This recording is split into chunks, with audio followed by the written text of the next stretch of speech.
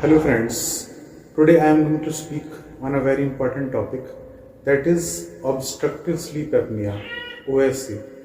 Actually, in India, the frequency of obstructive sleep apnea is very high, and many patients suffer with the OSA throughout their life but did not recognize.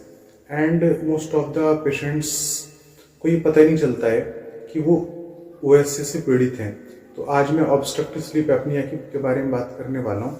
Actually obstructive sleep apnoea एक बीमारी है and this happens due to shrinkage of our respiratory track और due to obstruction in our respiratory tract. तो हमारी जो सांस की नली है उसके सिकुड़ने की वजह से ये बीमारी होती है, या कई बार उसमें कोई ऑब्स्ट्रक्शन आ जाता है तो उसकी वजह से बीमारी हो सकती है।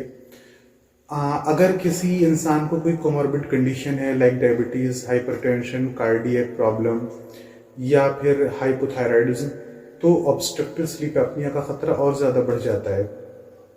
तो दोस्तों, अगर आपको रात में बहुत ज़्यादा खराटे आते हैं और बहुत ज़्यादा हैवी स्नोरिंग होती है, या फिर आप रात में बार बार उठते हैं पानी पीने के लिए या बार बार पेशाब के लिए आपको उठना पड़ता है और सुबह उठते हुए आपको ऐसा लगता है कि सर भारी हो रहा है, नींद पूरी नहीं हुई, तो हो सकता है कि ये स्लीप एपनिया के लक्षण हो। Sleep apnoea can cause low oxygen concentration in the body.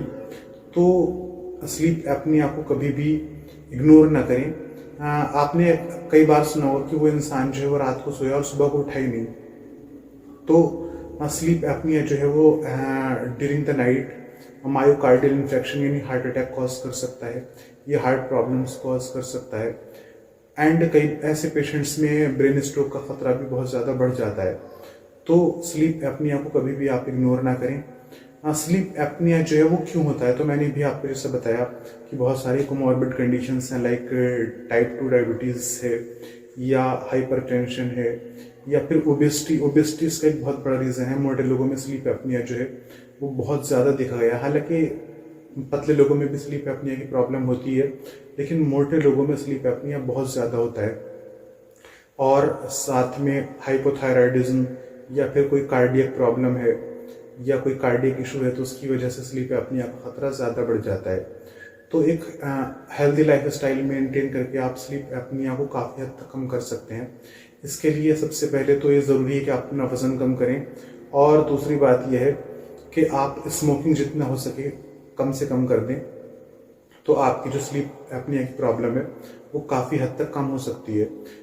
Obstructive sleep apnoea जो है वो फीमेल्स में बहुत ज़्यादा देखा गया है। फीमेल्स में ऑब्स्ट्रक्टिव स्लीप एपनिया की प्रॉब्लम ज़्यादा होती है ड्यू टू स्ट्रेस की वजह से फीमेल्स का जो हार्मोनल इम्बैलेंस है वो इम्बैलेंस हो जाता है, और कई बार फीमेल्स जो हैं वो हाइपोथायराइडिज्म की वजह से भी ऑब्स्ट्रक्टिव स्लीप एपनिया का शिकार हो सकती हैं। तो फीमेल्स में ऑब्स्ट्रक्टिव स्लीप एपनिया की प्रॉब्लम बहुत ज़्यादा होती है। ऑब्स्ट्रक्टिव स्लीप एपनिया को पहचानने का तरीका क्या है, तो मैं आपको बता देता हूँ कि ऐसे लोगों में अक्सर देखा गया है कि ऐसे लोगों को बहुत ज़्यादा खराटे आते हैं सोते हुए। अक्सर कई बार ऐसा होता है कि 1-2 मिनट के लिए खराटे रुकते हैं और फिर वो जो पेशेंट होता है वो अचानक चौंक के उठता है और घबराहट हो जाती है, वो बिस्तर पे करवटें बदलने लगता है या कई बार उठ के बैठ जाता है। तो ये ऑब्स्ट्रक्टिव स्लीप एपनिया का एक बहुत बड़ा लक्षण है। अगर आपको ऐसे लक्षण हैं तो प्लीज़ हॉस्पिटल में जाके अपना टेस्ट ज़रूर कराएं। और ऑब्स्ट्रक्टिव स्लीप एपनिया का एक बहुत बड़ा लक्षण ये है कि कई बार ये लोग ड्यूरिंग द डे, दिन के समय भी कई बार ये लोग जो हैं वो सो जाते हैं, बैठे बैठे सो जाते हैं। और कई बार तो जो बहुत ज़्यादा कई बार देखा गया है कि पेशेंट्स जो हैं वो मीटिंग के दौरान या ड्यूरिंग द वर्क सो जाते हैं। तो ऐसे पेशेंट्स में ऑब्स्ट्रक्टिव स्लीप एपनिया के बहुत ज़्यादा चांसेस हैं। तो अगर आपको आपके वर्क पे नींद आ जाती है तो ये हो सकता है कि ऑब्स्ट्रक्टिव स्लीप एपनिया की वजह हो। जो मिल्ड केसेस होते हैं उनमें सर्जरी से बहुत ज़्यादा फ़ायदा होता है, लेकिन जो बहुत ज़्यादा डेवलप्ड केसेस हैं या एडवांस्ड स्टेज है ऑब्स्ट्रक्टिव स्लीप एपनिया की, तो उसके लिए पैप थेरेपी सबसे बेनिफिशियल ट्रीटमेंट है।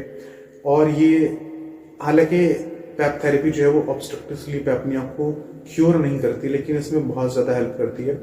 एंड पैप थेरेपी लेने के बाद अक्सर मरीज ये महसूस करते हैं कि सिर्फ एक ही बार में जो उनका ऑब्स्ट्रक्टिव स्लीप एपनिया की प्रॉब्लम है वो काफ़ी इम्प्रूव हुई है। तो ऐसे पेशेंट्स जो हैं वो रेगुलर फिर पैप थेरेपी का इस्तेमाल करना चाहते हैं और पैप थेरेपी के बाद अक्सर बहुत रिलीफ महसूस करते हैं। तो मैं आप लोगों से कहूँगा कि अगर आप बहुत ज़्यादा ओबेस हैं या हाइपरटेंसिव हैं या कार्डियक प्रॉब्लम्स को फेस कर रहे हैं और साथ में आपको खराटे आने की प्रॉब्लम है, तो एक बार अपना ऑब्स्ट्रक्टिव स्लीप एपनिया का टेस्ट ज़रूर कराएं। Thank you so much friends.